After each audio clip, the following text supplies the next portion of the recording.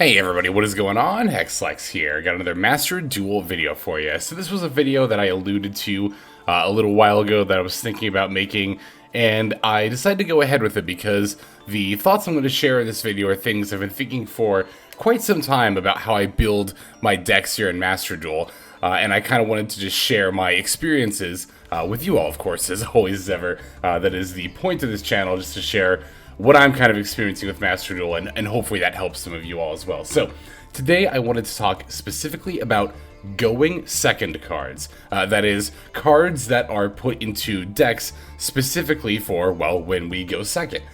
These are cards that are often pretty popular techs, and in particular, in this meta, we have Evenly Matched as a very, very popular going second card. You're all probably extremely familiar with this card, but if somehow someone hasn't run into this card yet, basically the idea is at the end of the battle phase. So already we know this is a going second card because it only works during the battle phase. Well, really during your battle phase, ideally, but if your opponent controls more cards than you do, you can make your opponent banish cards to their field face down so they control the same number of cards as you do.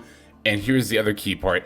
If you control no cards, you can activate this card from your hand. So we activate it going second during our battle phase from our hand to banish our opponent's whole board. Now, what makes a card a quote-unquote going second card? Well, going second cards are defined by, well, the fact that they're really only at their best when you, well, go second. That is to say, they are often cards that are used to break the opponent's board. Obviously, if you're going first, your opponent doesn't have any cards on their field yet, so they don't have a board to break. But when your opponent has gone first, and they've comboed off, and you haven't been able to disrupt them, then the idea is that these cards can step in and offer a way to, again, just quickly and cleanly just wipe out most, if not all, of the cards on the opponent's side of the field. So Evenly Match, obviously particularly popular in this meta as a going second card because of its ability to banish cards, particularly face down, but just the fact that it banishes them means that tier limit cards will not get their effects when they are banished by Evenly Matched. So, Evenly Matched, though, as you can see here, is far from the only going second card, and indeed there are even more going second cards than, you know, what all I have here. I just wanted to share some more of the popular ones.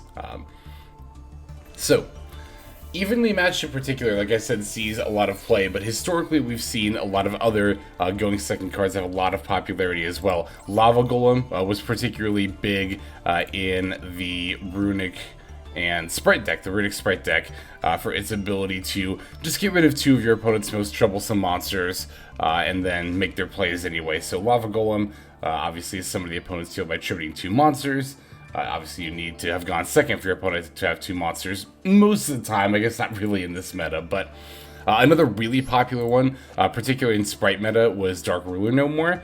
This has the ability to negate all cards in the opponent's field, and then for the rest of the turn, opponent takes no damage, but, you know, more importantly, you've negated all of your opponent's boards of negates, and they can't even do anything about it because they can't activate monster effects in response to this card's activation. So, now that we've kind of more clearly defined what a going second card is, what are my thoughts on going second cards? So this is something I've, again, alluded to in previous videos, so those of you who watch my videos regularly probably know where I'm going with this, but I find that the more I play Master Duel, and very much particularly in recent months, I am becoming less and less of a fan of going second cards in a best of one format. So, what I mean is that these cards in particular just, I think my main issue with them is that they just lack the versatility. And a lot of thoughts that might be coming up right now is, well, Lex, we put these cards in our deck to have options, right, for versatility, because we don't always win the coin flip. So if we lose the coin flip and go second, what's our game plan? Like, that's what these cards are for. And I understand the desire to have that type of effect. I've tried to make these cards work a lot in the past. I'm thinking particularly of Sprite meta, right? Like before the Ishizu cards came out, when Pure Sprite and Runic Sprite were the top decks. I tried so hard to make Dark Ruler No More in particular work because in theory, right, in theory, Dark Ruler No More was very, very good in that meta. Sprite inboards in particular will have a lot of negates, but they don't typically have a lot of disruption outside of their end board. They don't have any graveyard-based disruption, and any hand-based disruption is going to be incidental hand traps that they might happen to have drawn. So, again, in theory, you can just slap down a Dark Ruler No More, negate your opponent's whole board, and then they can't do anything about it. This card should have been great against sprites.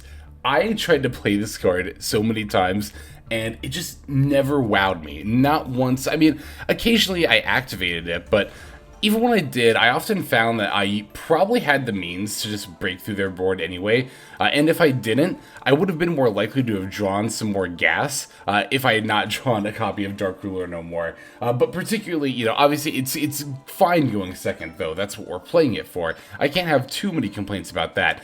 What I can have complaints about, and this is honestly just the crux of my issue with going second cards, and I feel like is a question that should be asked a lot more before you play something like Evenly in your deck, is what if I draw this card going first? It sucks. And that's honestly one of the main things that I don't like about it. And more to the point of what I was saying earlier about the cards not being versatile, that's really what I mean, right? Is that, again, they're just not playable going first. Like, it's not even that they're not useful, but they're really just not playable, because the problem with a card like Evenly Matched, for example, right? If you draw this card going first, not only do you not have an opportunity to like really use it on your to follow up on your next turn against your opponent's initial board, but like you're obviously going to be building up your own board state on your own turn one as well. That means that the only time Evenly Match is going to be good for the rest of the game is if your whole board gets answered and you're super far behind. And honestly, if you're at a point where you have no other cards left and it's only Evenly Matched, and you've already used all of those resources to set up a board, there's not a great chance that you're going to be able to come back even with a swingy effect like Evenly Matched. And that's just really my main problem. I guess particularly with Evenly in this meta, I've had a few people ask me like why I don't play Evenly, because it seems like such a great card in this format. And here's the thing. I want to just, before I continue the rest of my spiel here, I just want to say that I do not think cards like this are bad. I don't think that decks that run them are bad. And in fact, you can experience a great deal of success playing cards like these. I'm just more stating of why I have omitted these types of cards from pretty much any deck I play for the last few months now, and just my thoughts on them and my experiences playing both with and without them. I can tell you that when I stopped playing stuff like Evenly and Dark Ruler No More, I honestly did find that I had a lot more just consistency, not just in getting my extenders or starters, like the gas, right, the fuel for plays, but also in terms of disruption, because now I'm drawing just, you know, stuff like Imperm, Ash Blossom, Maxi a bit more often, and those cards I like a lot more because they offer the same type of utility to an extent. Obviously, they don't do the same kind of effect, but they offer the same type of utility that a going second card does, in that it helps you stop what your opponent is doing and make sure that you have a foothold in the game. But they do so a bit more proactively. I think that's one of the other main things I don't like about going second cards, is just the fact that they are inherently reactive, means that you're always going to be fighting like an uphill battle. Maybe not necessarily in the case of Dark Ruler No More, in a situation where they only have like monsters on the board, but like, you know, trying to like Raigeki an opponent's board, for example, like they could very easily have some form of disruption on board inherently that stops that. Same with something like, you know, Change of Heart. This is another card that, like, especially when it came out, people were asking me, like, how are you not playing Change of Heart? Like, it came out, like, it's unbanned. Or when it went to 2, people asked the same thing. It's like, what am I going to do with Change of Heart? like, this card could be at 3, and I would still probably just not play it at all in the main deck. Outside of, again, a dedicated going second deck. Just because, you know, even if I go second, and I can potentially threaten to take my opponent's biggest monster, one, again, my main thing I don't like about it is that it's only good going second because I can only take an opponent's monster. And 2, the other thing I don't like about it is that it's pretty easily disruptible, right? It's targeting, it's just a spell without any inherent protection for itself, so it's pretty easily negated by, honestly, I think an average end board state at this point in the game. Now, one thing that you might be thinking is like, well, how can you dog on Change of Heart in particular when you're such a huge fan of Triple Tactics talent? Is that not the same thing? No, it is not. This is another thing that I've kind of been discovering recently, is that as I find myself playing less of these going second cards, there's 2 cards in particular that actually stand out. One definitely more so than the other, but those 2 cards are going to be not only Triple Tactics talent, but Forbidden Droplet. I haven't been playing Forbidden Droplet much lately, but I will say that lately I have a kind of newfound appreciation for Forbidden Droplet. Before I talk about Droplet, though, I want to get back more into talking about Triple Tack a bit. So this, I think, is my favorite alternative to playing going second cards. I know it's an ultra rare, and I know not everybody has the resources to craft like a playset of it. However, I will say this. If you're considering playing a set of Evenly, or a set of Dark Ruler No More, or Lightning Storms, or some amount of Kaijus, things of that nature, I would suggest that you first try a playset of Triple Tactics talent, because I think it offers and fulfills that role, and then some. This is a card that is very good going second for its board breaking ability. To be fair, the board breaking ability is not as powerful as stuff like Evenly and Dark Ruler No More. It can't take care of a whole field. It only takes control of one monster, and in that regard, it does suffer some of the same weaknesses that Change of Heart does, right? Like, it might not be enough to take out their whole board, or they might very easily be able to negate it, so on and so forth. But the thing that I like about Triple Tactics talent is, again, versatility, which is something I really value in tech cards like this. Triple Tactics talent is not only good going second, it's also very good going first, because it doesn't require that your opponent controls a monster necessarily. It just requires that they activate a monster effect, and obviously, with stuff like Maxi, Ash Blossom, any of the other Ghost Girls, I mean, we all know what hand traps are, right? Like, we all know that these cards are flying out of our opponent's hands all the time. So the ability to play this on turn 1, particularly when your opponent is doing that, I think is exceptionally powerful. Now, one thing I will say about Triple Tactics talent, when I do see people playing this on ladder, I honestly fairly often see people misplaying it. Maybe not super often, but it is probably, I don't know, this is my super subjective personal experience, but I think probably about like 50 to 60% of the time I see people play this card, they're drawing 2 cards when they should not be doing that effect. I think a lot of people see this card and see draw 2 cards and like, oh, nice, it's like Pot of Greed. But the situations where you actually want to draw 2 cards, I think, are pretty few and far between. It's the other 2 effects. These other 2 effects are really what make this card so powerful, and they're particularly good going second or first. It can vary sometimes, but typically speaking, the take control effect is what you want when you're going second, again, for the board breaking ability. But going first, if your opponent fires off like a Maxi or an Ash Blossom, even if they stopped your turn completely, you can still use Triple Tack to look at their hand and shuffle a card back, and now you've made their plays like completely invalid. Honestly, the only time, again, not the only time, but typically, when I prefer to activate the draw 2 effect is when my opponent doesn't have anything significant for me to take control of, and they don't really have much to speak of cards in their hand, or if I'm like really desperate to get more like extenders because I want to like OTK or really continue my play. Those are really the only circumstances where I would draw 2. The majority of the time, I do think you should either be taking control of a monster or looking at your opponent's hand and shuffling a card back. But yeah, Triple Tactics talent. I think this card is fantastic. Forbidden Droplet, I think, is pretty good too. The thing about Droplet, well, let me clarify for a second. I think Forbidden Droplet is pretty good too for the same reasons that Triple Tack is. It can be used going second as a board breaker very effectively, but it's also not bad at going first either. Droplet, for those who don't know, because it actually has not been played lately consistently in the meta for some time now. So basically, you send cards from your hand or field to the graveyard. You can negate the effects of monsters your opponent controls and have their attack points up to the number of cards that you send. And your opponent cannot respond with the same types of cards, monster, spell, or trap, that you send to activate the effect. So This is kind of like Dark Ruler No More in that it can be an uncounterable board breaker. It doesn't actually get rid of the monsters like Dark Ruler No More, it just negates their effects. Having their attack points can also make them a lot easier to remove. It's obviously going to be a lot more costly than Dark Ruler No More, as you have to send one card per monster negated. But the thing that, again, I value about Forbidden Droplet over Dark Ruler No More is versatility.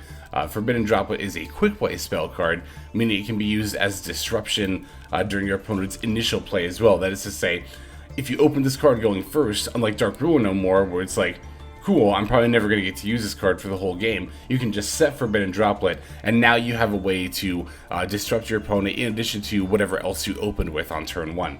Now, the thing about Droplet that makes it fairly unique, I guess, so to speak, is that you can't just slot it into any deck necessarily like you can something like Dark Ruler No More.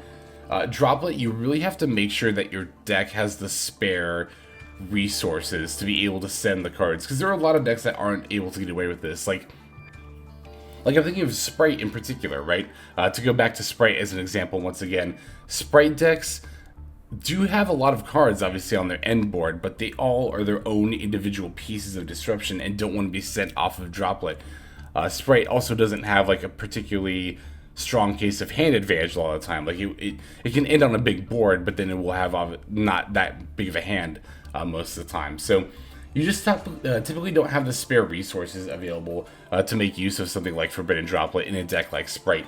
That is to say, though, if your deck can make use of some spare resources, I do think Forbidden Droplet is a card to be looking out for. So I guess that's kind of my big piece of advice, right? If you're looking for specific cards to play over going second cards, definitely look for triple attack, and if your deck can support it, Forbidden Droplet.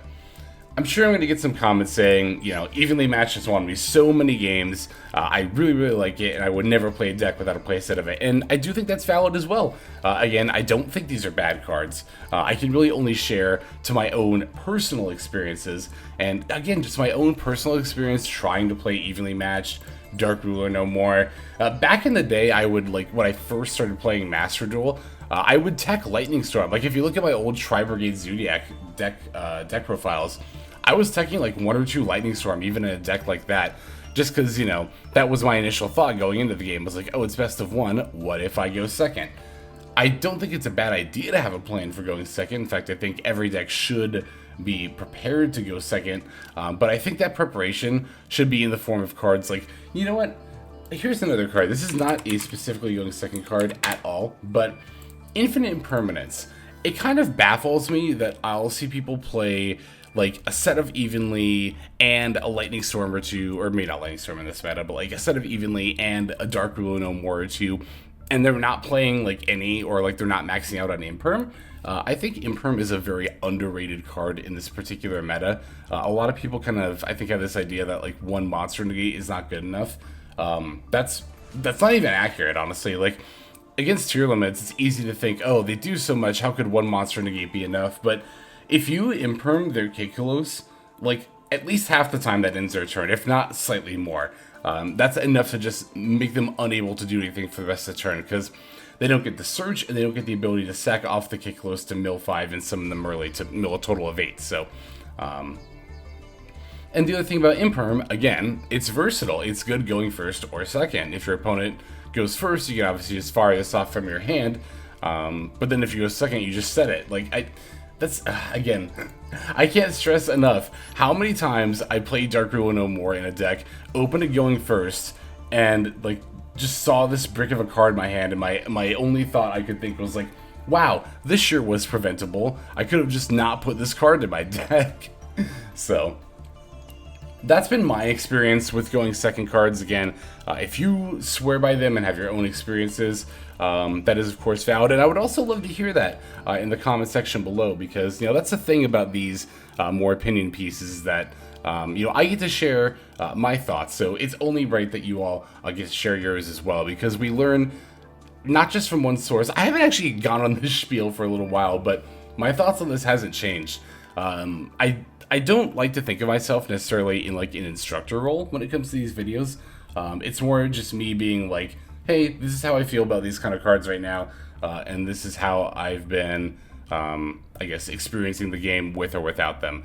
But that's only one experience. I think it's best to learn from a communal standpoint. I think we learn the most when we're all learning from multiple sources. So definitely feel free to share your thoughts, regardless if you agree or disagree. In fact, if you disagree, I implore you to share your thoughts in the comment section below. I would definitely love to hear from you. But I think that's going to go ahead and do it for this one. Thank you all so very much for watching. Let's just go ahead and move now to our outro.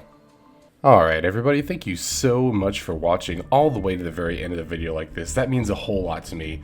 Not just personally, but it's also a great way of supporting the channel as well. If you're interested in supporting the channel in other means, you can of course feel free to comment and or subscribe right here on YouTube.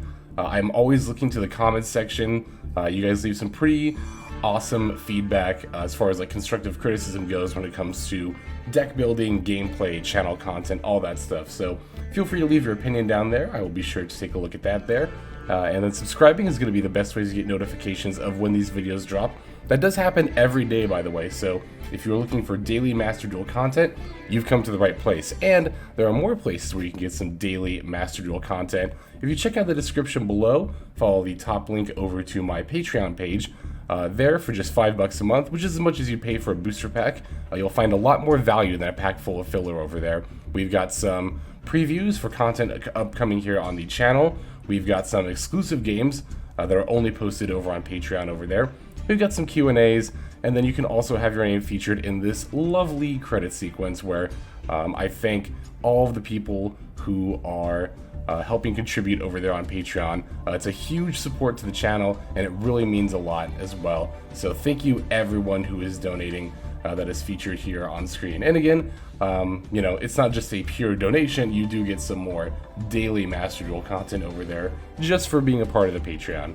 But I think that's about all the time that I have for today's video. Once again, I just want to thank you so very much for sticking all the way to the end of the video. Again, it just means a lot, as I do put a decent amount of work into getting these videos out every single day. But that's about all the time that I've got for now. So without further ado, this is Xlex. I'm signing out, and I hope you have a fantastic day.